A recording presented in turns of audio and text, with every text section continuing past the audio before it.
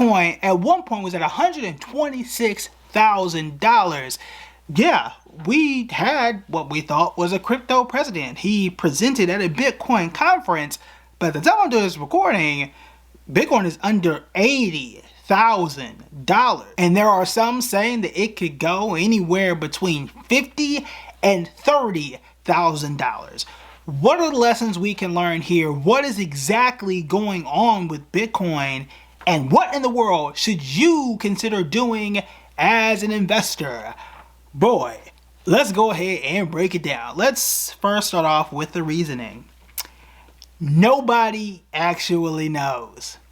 Nobody knows. Now, I say that with a smile on my face because it's just the interesting nature of Bitcoin. I've said this many times before, and I think I said it perhaps most loudly when the Bitcoin ecosystem fell apart, when FTX started to crumble.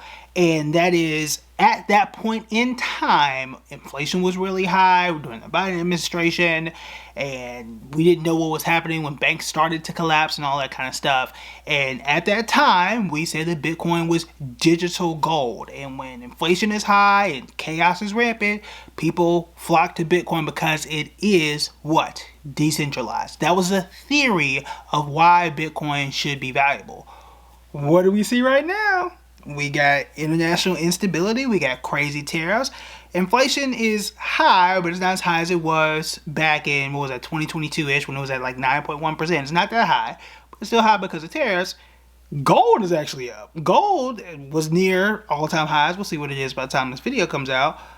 And Bitcoin is crashing today, right? It's absolutely falling apart. So we don't actually know what is up with Bitcoin. Bitcoin does what it does whenever it feels like doing it. Now, there are several reasons that have been listed depending on what publications you're looking at. One of them, is MicroStrategy. MSTR is the stock symbol, if I got that correctly. This is done a video about that crazy company. Essentially, they just buy a bunch of Bitcoin. That is starting to fall apart. And I said in that video, it was something wrong with that company. That cannot be your only strategy, is to exist as a company just to buy Bitcoin. They used to have a strategy, used to sell software and stuff. That dude is just off his rocker. The CEO is just off his rocker and just started buying Bitcoin, and it stopped working. Okay, company is becoming a whole lot less valuable. I said, if you were going to buy that stock, why not just buy Bitcoin directly? And it appears to be, according to one of the articles that I came across, there used to be more public company support, where more companies were buying into it. At one point, we know Tesla was buying shares of Bitcoin, or just coins in general, years ago. I'm not sure if they're doing it anymore, and it just has fallen out of favor. So when you don't have institutional support buying Bitcoin at the level that they were, that's one reason as to why it can fall. Another one that people are throwing out there is the Federal Reserve, because we are now going to get a new Fed chair. I haven't done a whole video on this just yet, but we know that Jay Powell, his term is coming to an end, and the president the last few days has announced someone new stepping into that position. And I guess because of stability coming to that situation, that is one reason as to why Bitcoin is falling. That doesn't make a ton of sense depending on how you want to look at that, but that part of it is out there. Now, I will argue, based on what I've seen of this new Fed chair, he was someone who was previously on the Federal Reserve, so he does have some credentials. He also has some financing experience too, so right now I feel okay. He also has some Stanford experience in a think tank, or he's related to a think tank from Stanford, but has also criticized the Federal Reserve as well. So we'll see how his experience takes out, and once he has his hearing, I can give you guys more information there on what I think that will shake out, if you guys let me know if that's going to be interesting to you or not, or it's going to be too much into the weeds because I'm a finance and economics nerd. In either case, that has been cited, because once that announcement did happen, Bitcoin did fall about 7% from that moment to the time that we are recording. So that has been another theory that was thrown out. And then also people just moving towards gold. You got digital gold, you got real gold. People just shifting from one asset to another as, things popped off in Venezuela, the on again, off again tariffs about Greenland and other things, as we shift from one calamity to another, at least in the US. I can get around that theory. I'm not entirely sure, and perhaps this does make a bigger case as I'm saying it.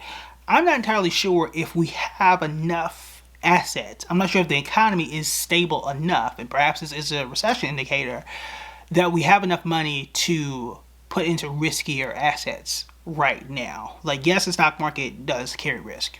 There's no lies there. But what I have seen, right, is when we have, I'm not going to say too much money, right? The regular people, the average people, we ain't got too much money. We ain't got enough, right? But when in times of like unemployment is really low, everybody's got jobs and things are fine, put that in air quotes, people tend to say, hey, all right, I'm going to do Bitcoin, I'm going to do some of these meme coins, I'm going to do all this kind of crazy stuff. But now, all those coins are down in the dumps. People are flocking to safety. People are going to stocks that we know. People are going back into savings, even though the rates are coming down. People are going to gold, things that have way more established value and have things that we can like verify more of. I've argued that Ulta Beauty is somewhat of a defensive stock in some ways, and we've seen that back in inflationary times and even before. This is one of those examples. Like, why would I go to Bitcoin, which floats around and does what it does, where I can go back to Ulta Beauty, right, or something of that nature? What I will say though, and I've said this before, two things can exist at the same time. Bitcoin can have no backing and make no sense, but also still make you money in the long term. Okay? Those two things can exist at the same time. I'm going to tell you what I'm doing with my own portfolio. Okay? I have always said, or I've said for at least, was it 2026 now? So more than 5 years? I mean, now, if I really do the math, I've been saying this for more than that. But more than 5 years for at least a minimum. I have to go back and see the videos when I first said this. But in either case, I've been saying that 5% of Bitcoin is my cap. Right? I have a risk tolerance, and I'm only going so high on Bitcoin. And as Bitcoin is going down, I've increased my automatic Bitcoin holding. I got automatic transfer of consistently buying Bitcoin. And as it's going down, my smile is actually ranking up. This is my chance. My personal opportunity to load up on Bitcoin. This is me, just me. I don't recommend that for everybody. I do not recommend that for everybody because I don't know. History says it's gonna bounce back, but I don't have the biggest confidence in the world. But again, history has said that it has done this before and it will bounce back. So says history. It could be years before it does that, but again, it's only a maximum of 5% of my portfolio, and I'm willing to sit around and wait to do that. But other than the fact that it doesn't have any real backing, there's a real disappointment gap here in that in this administration, when you get the president in front of a Bitcoin conference, he passed I forgot what it was, the Coin Act or whatever it was, definitely something around cryptocurrencies. He launched his own coin. He has a crypto exchange. You would expect this to be a lot more of a crypto-friendly administration, and it hasn't. That part is pretty shocking and pretty disappointing, I'm sure, to the crypto bros. So that part is quite interesting. So if you are truly into it, perhaps it's a buying opportunity. What should you do as an investor, though? This is where I think the strategy piece really comes into play. And as we talk about that, I do have to say, I am a financial planner. I can help you build clarity, confidence, and momentum, especially if you feel like you've done all this stuff and you still feel behind. You can go to BillionBread.com/callKev especially because the strategy matters here. You got to decide how much of Bitcoin you can tolerate in your portfolio. For some people, this ain't you. For some people, this Bitcoin game is not for you. In that these drops are too much for you to handle because you're going to be looking at it all day, every day. No. And this is, as an advisor, I get to look at your entire portfolio and see how you react to things, see what you're currently investing in. You take a whole risk tolerance questionnaire in that whole process. And then I can say, all right, based on your questions, based on your answers, this is fine, this is not fine. You need to leave this alone. These are the things you need to invest in. And we get to have a conversation so I can really get to know you and what you're trying to do and say, okay, invest this much in Bitcoin and leave it there.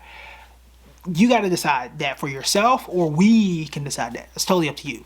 That's beside the point. But you got to decide the strategy, because, and we'll talk about this later in the week too, there are a lot of people who don't understand building a real portfolio and run into this situation here where all they did was buy a whole bunch of meme coins in 2021 and 2022, when at one point they felt like great investments, and then the world kept spinning, then the world kept turning, and now they feel like, well, hey, you know, investing is a scam, crypto is a scam. You can argue crypto is a scam. I'm not gonna say all that, but you just gave up on everything because you didn't actually understand how to build a real portfolio. I don't want to see you in that situation where it's like, hey, I'm in my 30s, you know, or I'm even in my 20s, and you know, do I need half of my portfolio in Bitcoin? Probably not. You might want to sit down and say, hey, I might not even be taking this much risk. There is some in between. I talked about the article around how young men, right, in their early 20s, are investing more in crypto and gambling, not investing, but investing more in crypto and gambling more than they are in their 401k and in IRAs. Not the best strategy for long-term success. These are things that you have to sit down and say, wait, what is the strategy here? How do these things play together, if they're playing together at all? Because you're going to be taking a long walk off a short cliff if your strategy is not together. There are some people that feel like, hey, you just need to not invest in crypto and just never touch crypto altogether. I don't necessarily think that's the case. Because there has been incredible growth potential. It's just a matter of what are the limits, what are the guardrails, and again, how do they fit with what you're trying to do long term? What are the guardrails? And I have always said this since at least 2020 is, when you build in that box, when you build in that plan, how can you afford yourself to be wrong? That is the mark of the best plan, right? The backup plan. When I choose a stock for myself, right, I'm usually, it ain't just one. I'm never putting all my eggs in one basket. It's like, hey, I've got 5 stocks. I have X amount in them. If I'm wrong about that one, I've got 4 other ones that should be good and solid. If I'm wrong about all of them, I've got this index fund that takes up the other 80%, right? And when I was 80%, is because each of those stocks take up just tiny slices of my portfolio. That's how things are built together. And if all of that's wrong, it means the stock market had a terrible year, because the entire stock market, the entire S&P 500 will be terrible. If that's the case, then I got an emergency fund and I got cash on hand, right? How can I afford myself to be wrong, right? That's how it works. I've got a plan, a backup plan, and a backup for the backup. That's how all of that stuff works. And then I got some cash in my pocket.